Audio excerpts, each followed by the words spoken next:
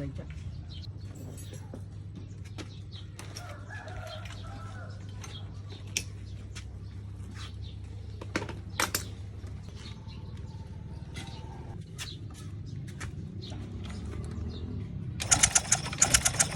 ឆក់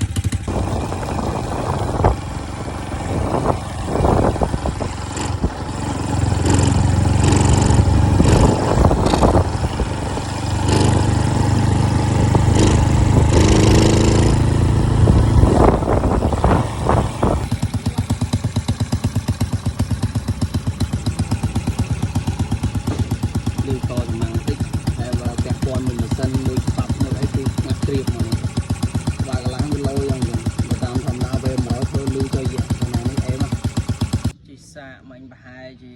10គីឡូហើយដែរទៅ5មក5ហើយ10គាត់ថាសម្រាប់ម៉ាស៊ីន V100 យើងបង្ខំអត់បានទេធ្វើថ្មីថ្មី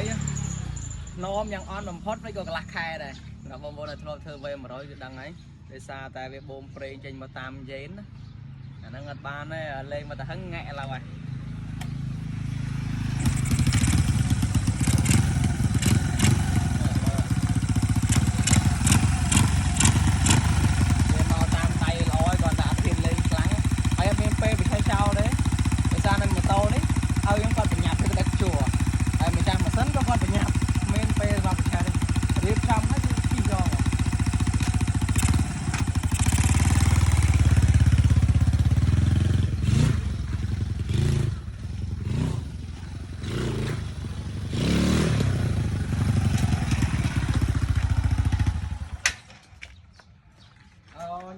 ើយសាកនេះគឺយើងធ្វើមិនមកស្រួលសេរីបែរនៅតែមកត្រូវទេគឺយើងអត់ហ៊ានលេងខ្លាំងទេ